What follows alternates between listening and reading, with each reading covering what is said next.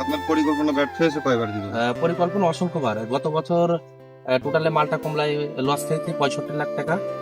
আর আপনার হচ্ছে এমএমকে golden super আতা করছিলাম, এটা হচ্ছে আমাদের দর্শনের পাশে একটা বাগানে, ওখানে 15 বিঘা বাগান করছিলাম, ওখানে 65 লাখ টাকার একটু কম হাতে লস হয়েছে। তো গবেষণা করা যায়নি? 1 কোটি টাকার উপরে হচ্ছে লসে আছে, এমনি অন্য চাষ করে ট্রায়াল দেওয়ার জন্য। মালটা কমলার একটা বইতে 13টা ভ্যারাইটি লাগাইছিলাম আপনার 11 বিঘা জমিতে, একদম একটা ভ্যারাইটির কোনো রেজাল্ট আসে।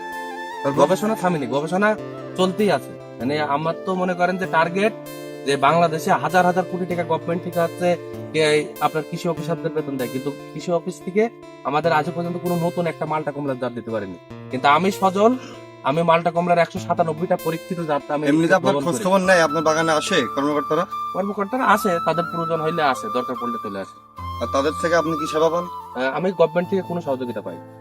আপনি গবেষণা করতে গিয়ে 65 লাখ টাকা লস খেয়েছেন ভাই, যাতে অনেক কিছু 65 বললাম। লাখ টাকা লস খেয়েছে আমি হচ্ছে এমএমকে গোল্ডেন সুপার আতা করতে গিয়ে দর্শনের মাঠে, তারপর মালটা কমলাতেও ওরকম প্রায় 65 লাখ টাকার কাছাকাছি।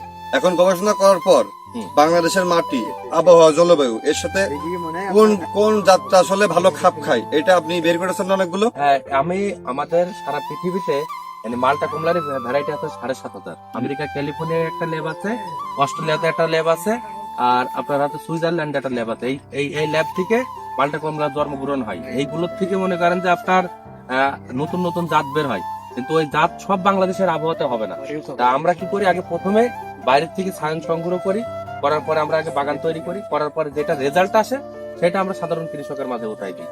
আর পৃথিবীর সবচেয়ে দামি পেয়ারা এটা হচ্ছে রেড ডায়মন্ড পেয়ারা, এটা আপনার একদম ভিতরে পুরো একদম টপ থেকে লাল হয়। এখন আমরা একটা কথা শুনেছি যে বাংলাদেশে প্রথম হলুদ মালটার বাগান নাকি আপনার ছিল। হ্যাঁ, বাংলাদেশের সর্বপ্রথম হলুদ মালটা, হলুদ কমলা, এটা আমার মাধ্যমে সারা বাংলাদেশ ছড়াইছে। এটা সত্যি? হ্যাঁ, এটা সত্যি। তা আপনার মাধ্যমে মানুষ যে ছড়াইলো, যারা লাগিয়েছে তাদের তো আর গবেষণা করার প্রয়োজন হয়নি? না, তারা পরীক্ষিত জিনিস পেয়ে গেছে, কিন্তু আমরা তো প্রথমে একটা মাতৃ গাছ কিনে আসি দেশের বাইরে, 30,000 20,000 এরকম নিয়ে এসে। তাহলে আপনার ওইটার থেকে তাদের হেল্প হয়েছে কিনা? অবশ্যই হেল্প হয়েছে। যে এই মালটাটা লাগালে ভালো ফসল হচ্ছে? আমাদের বাংলাদেশে 37,000 কোটি টাকা শুধু মালটা আসে। এটা যদি সারা বাংলাদেশ আমাদের এই হলুদ মালটা কমলা যদি আমরা ছড়াইতে পারি, তাহলে বাংলাদেশে মালটা কমলার ওই বাইরে থেকে নিয়ে আসা লাগবে না। দেশের মালটা দেশে থাকবে, দেশে বেকারত্ব মুক্ত হবে। আপনি যা জানেন তো অনেক কৃষি কর্মকর্তা জানে না যে ইনফরমেশন গুলো বলছেন। তবে আপনার এই যে আপনি যে জাতগুলো উদ্ভাবন করেন, আমরা পরীক্ষা সহজে পেয়ে যাচ্ছি যে এই জাতটা লাগালে আমাদের মাটিতে ভালো হবে, জি, আবহাওয়ার সাথে ম্যাচ করবে। এটা 2-4 বিঘা লাগাই দিলে গাছ মরে যাবে না বা সম্পূর্ণ বিফলে যাবে না, কোনো মার খাবে না ভাই। সে মালটা তো আপনি খাইয়েছেন না? আমরা পরীক্ষিত ধরা খাইলে আমরা খাই, আমরা যেগুলো রেজাল্ট না আসে সেগুলো আমরা সাথে সাথে কেটে ফেলি, ওইগুলো সাধারণ কৃষকের কাছে। এই দায়িত্বটা আপনার আগে কিন্তু আমাদের কৃষি অধিদপ্তরের।